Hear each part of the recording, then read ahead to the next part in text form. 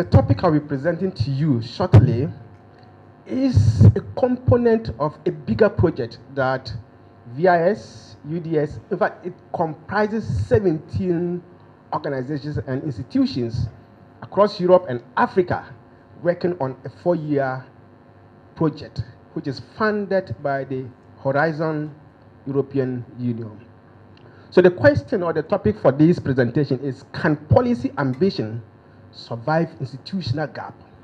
A spirit-based framework assessment of Ghana's climate, food, migration governance framework.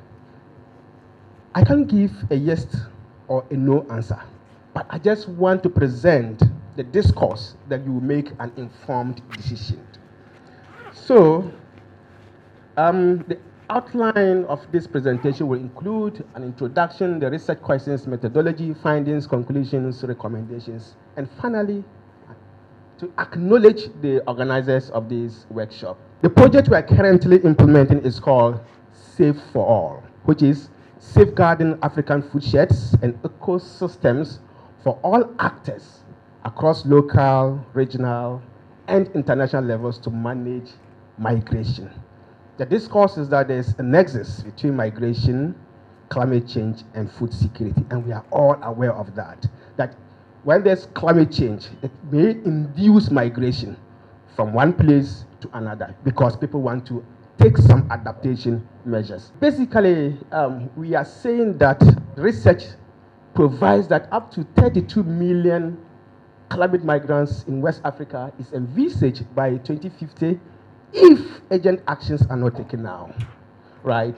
And so climate migration hotspots could up to 30 and will continue to intensify by 2050, okay? So we need to take action. And so let's look at this map. You see that here on the coast, we have the blue colors. That's where people are likely to leave, to migrate to the dotted areas. And if you look at the Sahel region, all the blue columns you see are potential migrants. These potential migrants is not only due to conflict or wars, but climate-induced factors. And when that happens, so the people around the Sahel region will move towards countries that you see the red spot. And look at Ghana. Now, the coastal region here currently, which is being occupied by, if I may say, poor indigenes, because they earn their livelihoods from there. But in contrast, when climate change intensifies, there's going to be a transverse in terms of migration. The poorer people are likely to push away, and the richer people, some of whom are here, would like to move there because you want to put expensive mansions, you want to have your sheep or whatever you want to have. So people, that kind of movement or discourse is going to happen.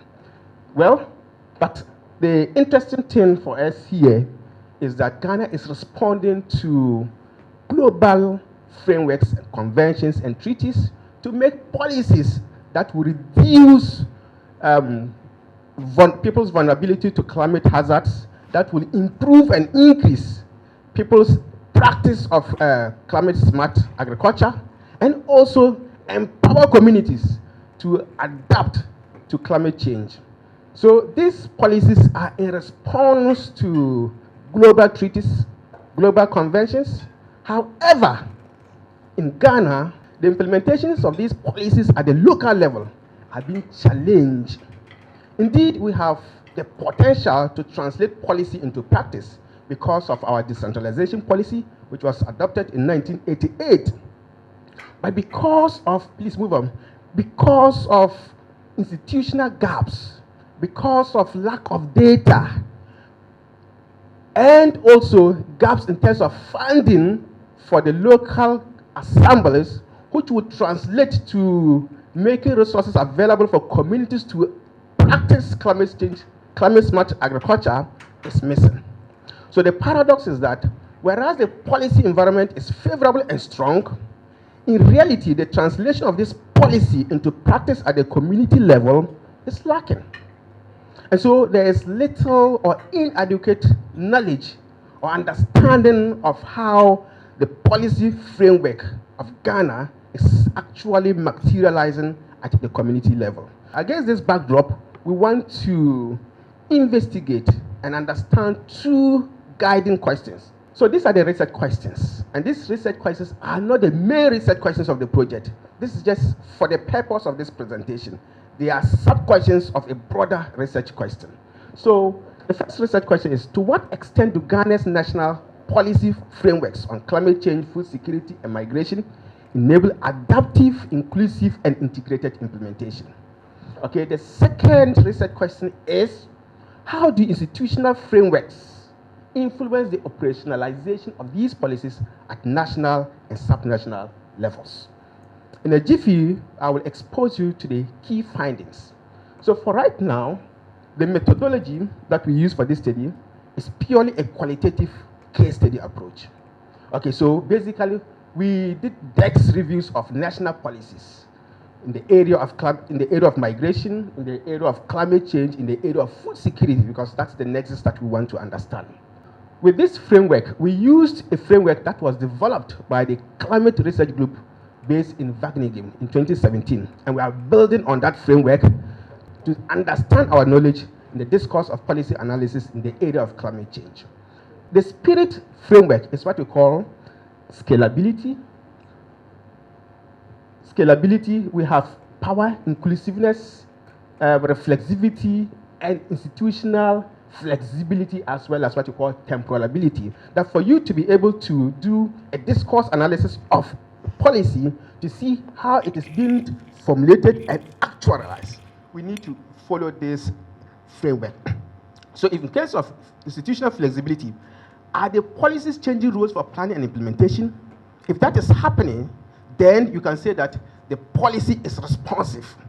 And if it's not, we look at a characteristics and a score. If it's positive, we give it positive. If it's negative, we give it negative. I can explain further when there's time for us to discuss. So, but let's move on to the key findings because of time. Yes, so in terms of scalability, we can say that our climate change policy broadens and focuses on national level implementation with potential for scaling down at the community or the local government level. However, the scalability of the policy is bereft with what we call resource availability and institutional capacity gaps.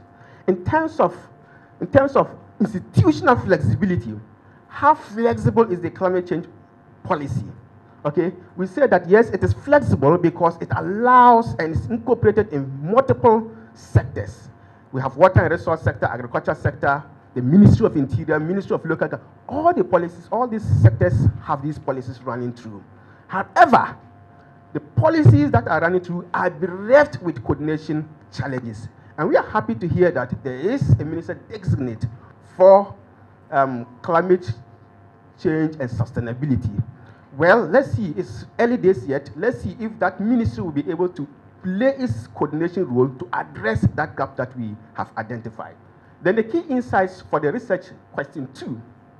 How do institutional arrangements influence the operationalization of these policies at the national and subnational level? At the national level, we say that there is what we call multiple responsibilities and roles and overlapping, which are both at the national level and at the subnational level. And when that happens, then there's a problem or a challenge in monitoring, providing feedback, and also ensuring effective implementation. So these gaps affect policy implementation. There's inadequate communication. So, and if you look at it at the national level, the Ghana Statistical Service does not have data on people who are migrating because of climate change. Okay, and so we are unable to make policies that will address these issues. I think that in the next population and housing census, we should be advocating and suggesting to the Ghana Statistical Service, provide them with guidelines on what they can do to collect data to inform our decision and policy making. That is one way that we can address the issue. So this is just an example of the nexus between the national level and the local level. These policies are made nationally. They are made by the ministries, okay? And they are supposed to be translated and implemented by the local government, okay? However, there's a funding gap. Ghana needs about 5 billion, and we only got less than 5% to address our climate needs.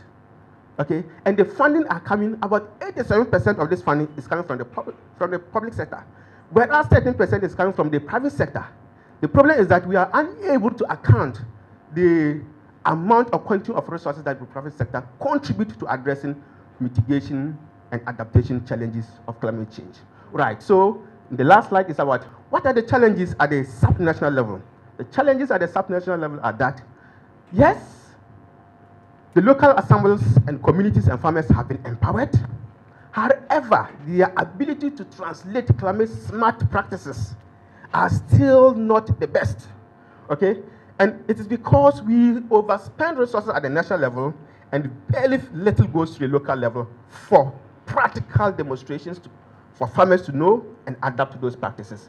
And a study shows that indeed, policy adoption and implementation, we have about 41% of farmers in the Adansi North district who are practicing climate smart agriculture. Okay, so the last one, and then let me just say something briefly on this one. It is not clear, but then we want to see how much does government spend on mitigation and adaptation. Indeed, it is almost equal. So the amount the ministry or the government is spending for mitigation and adaptation are almost equal. And a chunk of that money goes to the agriculture forestry sector, followed by the agriculture, the energy sector. And finally, my recommendations. One of the key recommendations is to ensure and strengthen coordination mechanisms. So the ministry has just been created, but what mandate does it have? Is there something we call institutional continuity? If a different government comes, would the government be interested at having a ministry created for climate to make coordination and other things? We need to ask ourselves, and also provide recommendations either to sustain it or to find an alternative way of what? Ensuring coordination. All the sectors and ministries have climate desk officers, but the coordination is a problem. You may be surprised, the Ministry of Interior has a desk officer in charge of climate change. We don't have them here. They are not represented here. So whatever we do here, other sectors are not even in the known. And the minister responsible may not even know who plays what role and how we can do it. Also is to enhance the local technical capacity of our district assemblies and the local stakeholders at the community level so that they can practice the knowledge and the skills gained on climate smart agriculture. And finally, we should establish a robust adaptive monitoring and evaluation system by making and empowering the Ghana Statistical Service to collect relevant data on climate change and how climate change induces migration. Ladies and gentlemen, I thank you for your patience, I thank you for your time, and I wish to also thank the organizers for this workshop.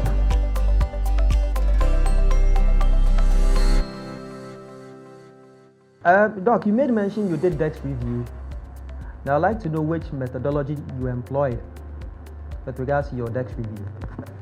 Right, so it was basically using a qualitative approach that involved gathering online digital data on key policies of focus. We also contacted various ministries for policies, old policies that are not yet digitalized. And so we use a personal interaction and also an online approach to gather these policies. And what we did is to develop a framework. So we also use Google search, put in keywords that will enable us have access to, or that will let those kind of policies that we want pop out.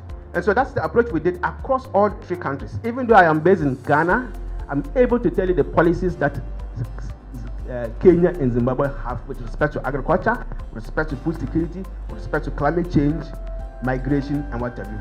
Some through telephone calls and some through online searches. Thank you so much. I want to make a few recommendations, not recommendations, to contribute to.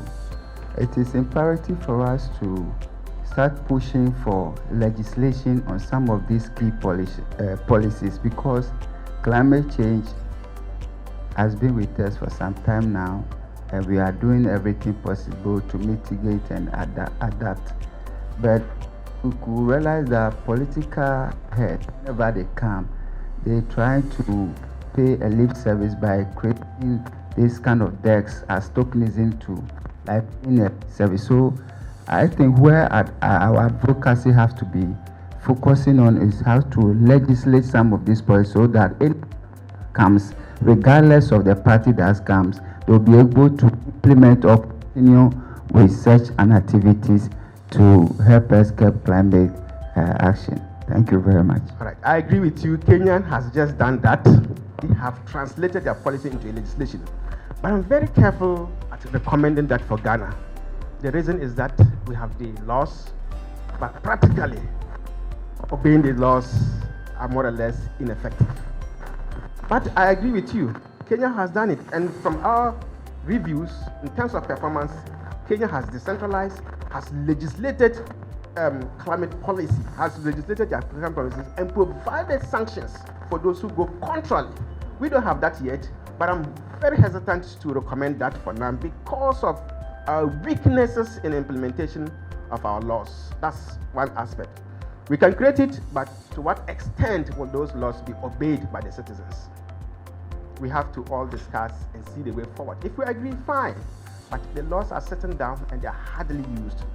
2024 develop some tools or innovations. We are partnering with GMET and the other meteorological agencies of the other countries. We've developed a software called DROP.